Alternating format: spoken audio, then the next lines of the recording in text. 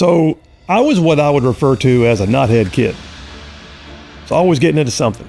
Always kind of curious about the what ifs, you know? Like the time that my mom emptied out the medicine cabinet and I saw all that stuff in the trash and I thought to myself, I could make some cool experiments out of that stuff. I wonder what would happen if I mixed it all together. Well, something didn't mix well together because we had to get all that stuff cleaned off the ceiling before Mom got home. Look, don't ever leave a knothead kid alone too long because anything can happen. But part of it was I was just very inquisitive. I mean, if something worked, I wanted to know why. If something was considered the way it was, I wanted to know why it was the way it was. If somebody said how to do something, I was inclined to see if there was another way to do it. I remember my grandfather one time teaching me how to pitch horseshoes. He built 2 sand-filled horseshoe pits in his backyard. My brother and I were getting lessons on how the game worked. He said, boy, you pitch the horseshoes underhanded like this, and if you get one wrapped around the post, that's called a ringer. 5 points.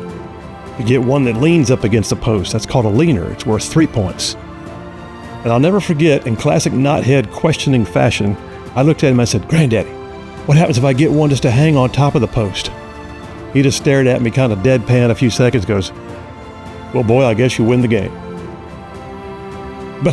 But I did. I ask questions all the time. I mean, sometimes the questions slowed me down. Like to this day, I have a hard time reading a book because I want to underline key points and tab the pages for future reference. It's kind of hard to fall asleep at night when you're reading a good book, but you're acting like you're studying all the time. But sometimes, though, those questions have stood me well. I found out once during my tenure in Afghanistan that Donald Rumsfeld personally quoted one of my field reports in one of his press conferences because it was filled with details, because I was always asking why, and I would include way more than the average details. But here's the thing. In a free society, a society that values independent thinking and free market principles where competition is key, in such a free society, it is a must that we ask questions.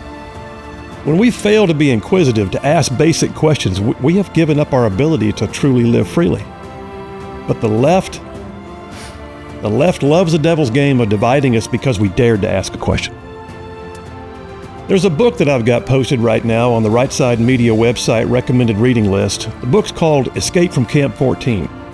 It's the personal story of a North Korean man named Shin Dong-hyuk. Shin is the only man who is known to have been born in a North Korean prison labor camp and then to miraculously be able to escape to the West when he was still a young man. Most people were actually sentenced to time in the labor camps, but Shin was born inside the wire. He had no concept of life outside of his prison. He grew up in a world where the mere act of questioning could result in prison or torture or death. One of the reviews that I read about his book, Escape from Camp 14, which by the way is a great read, I highly recommend it. But one of the reviews that I read described his story like this. It said, Shin was born in Camp 14, one of the most notorious in all of North Korea. He grew up without any knowledge of the outside world. He was a product of the camp culture, where overworked and brutalized and underfed prisoners struggled to stay alive. He witnessed a fellow student being beaten to death. He was badly burned over hot coals. He had a finger chopped off once. He was infested with lice, often cold. He was nearly always hungry. He even betrayed his own mother and brother when they tried to escape in the vain hopes of getting more food. And he felt no guilt, because this was a world that was all about survival and not trusting anyone. He knew nothing of human rights and escaped merely because he was hungry. An inmate had told him he could get cooked meat if he could get to China, but he had little notion about where China was. His escape at the age of 24, the book review said, was nothing less than miraculous. But then he had to somehow reach China, where he earned a living while hiding from the authorities, and then, by good luck, he made it to South Korea and then eventually to the U.S. Shin actually became a human rights advocate. But life in America has not always been easy for him, because as with most refugees from North Korea, and there are some, he bears emotional scars that makes difficult any kind of normal adjustment. You see, here's the deal, me talking again. Shin grew up in a society where to question was to risk life and limb. I cannot fathom what it must have been like to have no concept of the right to independent thought. In his world, if the representative of the dear leader told you to do something, your lot in life was to do it without question, without a single question. But not here. Not in America, where it has been established that we not only have a right to question, but we also have a right to share those ideas should we choose to do so.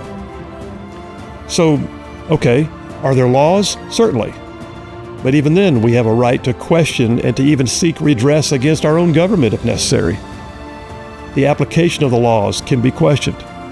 What about military service? I mean, don't good soldiers have to follow orders? Yes, they do. Good order and discipline comes in part from a faithful adherence to lawful orders. Battles are won because soldiers follow orders. But they are also not mindless drones. I've often heard, and I've seen it to be true myself in my own service, that unlike nearly any nation in the world, a U.S. service member needs to be told as much why something has happened as much as what needs to happen.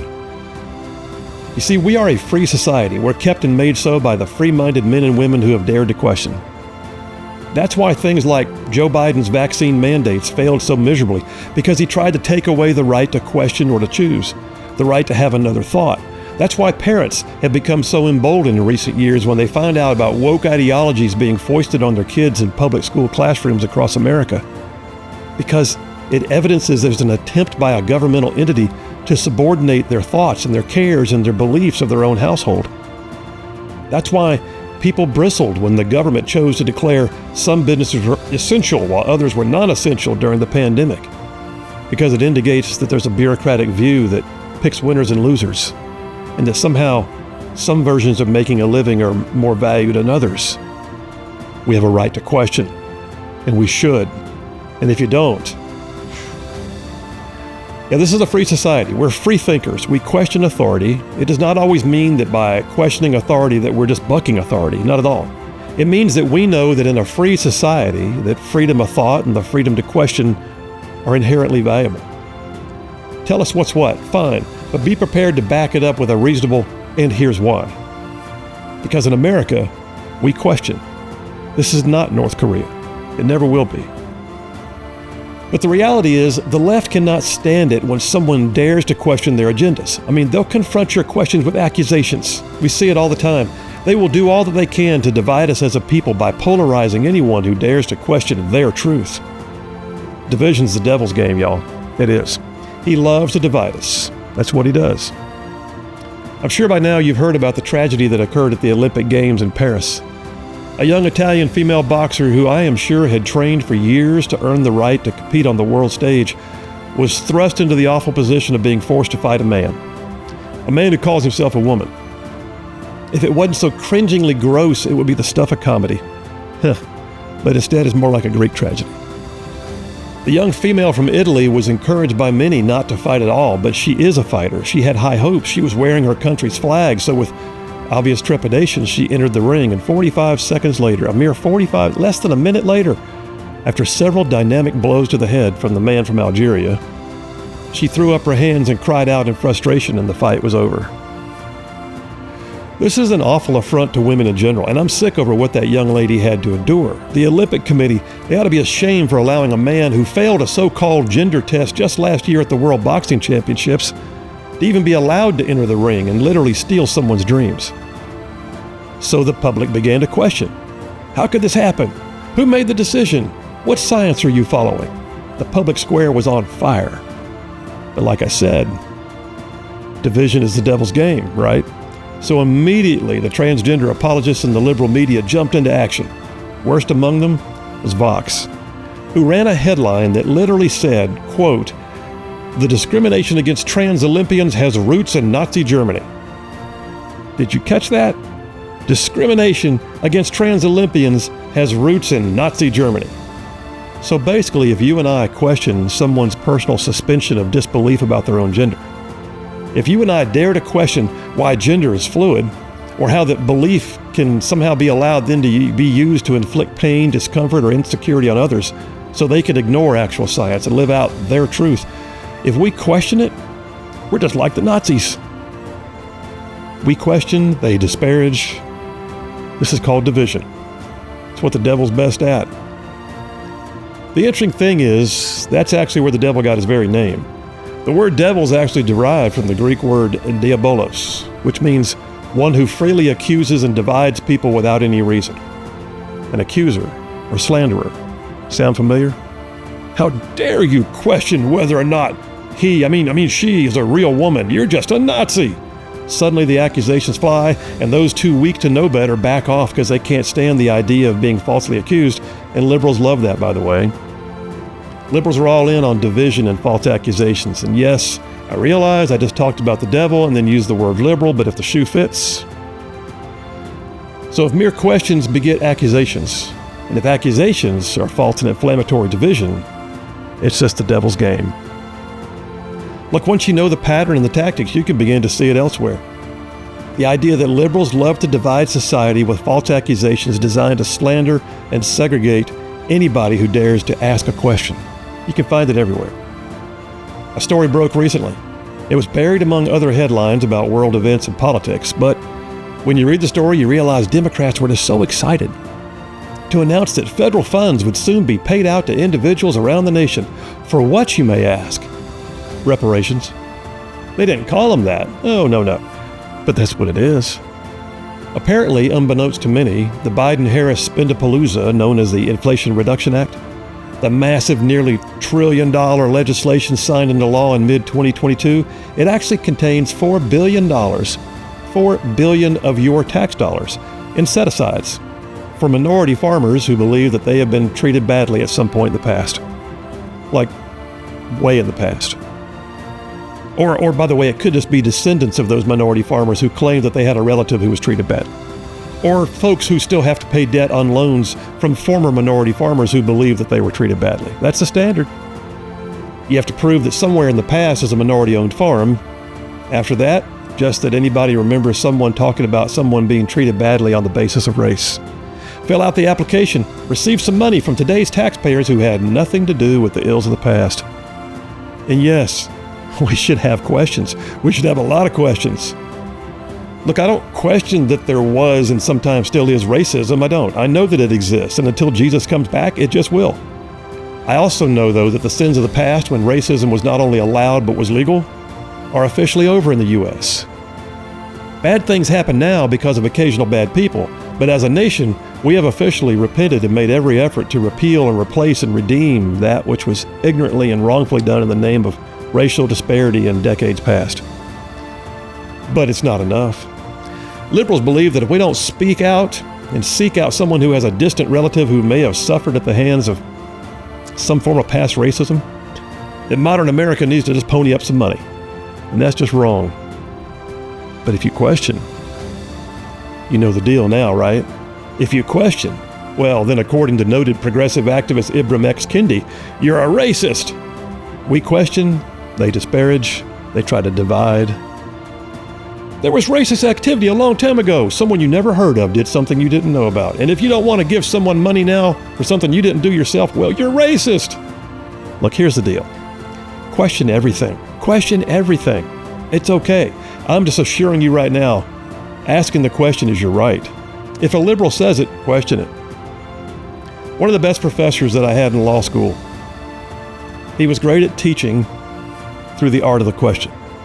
Professor Beeman, if memory serves right, he was a Harvard Law graduate and a former Marine. He was fair, and he was tough. And man, he was rough on folks who didn't follow through and get ready for class because he asked questions and he expected answers. He used the Socratic method of teaching. He taught you by asking you questions and requiring that you provide an answer or a justification. The only way to truly understand something is to mull it around and ask questions and develop that deep understanding that comes from being able to defend or dissect your position. It was one of the hardest courses I took in 3 years of law school. It was also one of the best courses I took in 3 years of law school. I learned from Professor Beeman the true value of asking questions, not in a badgering sort of way, but in a gut check sort of way. I learned that it's often not enough to simply say, I believe in something. It's more likely necessary that I believe and I question, and therefore I understand, so that I can better relate, or in some cases, so that I can better refute. Look, questioning is healthy. Questioning keeps us sharp. Questioning breeds accountability. Questioning indicates freedom of thought. If we don't question, or even worse, if we're told not to question, then we lose before we start and we are unable to prevail on the issues at hand. So thank you, Professor Beeman. It's that freedom of thought that undergirds the freedom of speech, the ability to question. We are guaranteed a right under the First Amendment to speak those things that we believe, but what good is speech if it does not involve questions? Benjamin Franklin allegedly said once, quote, "Whoever would overthrow the liberty of a nation must begin by subduing the freeness of speech." But the left would have us to believe that questioning is just wrong. How dare we? We question, they disparage us, and by doing so, they try to divide us. Don't buy it. Don't let them tell you that you're something you're not. Answer their accusations. Here's a trick. Answer their accusations with more calm questions like, when did I say that? Or why are you lumping me into somebody else's problems? Or why should I pay for something I didn't do? Or what proof do you have? See if they can answer a simple question, or just sling more disparaging comments. But more than anything, don't let them accuse us and divide us.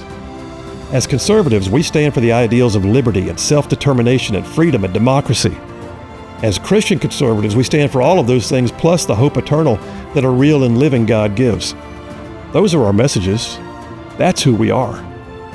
And no amount of devilishly false accusation meant to insultingly divide us should ever change that. Division, that's the devil's game. It's what he does. It's who he is. We are not that.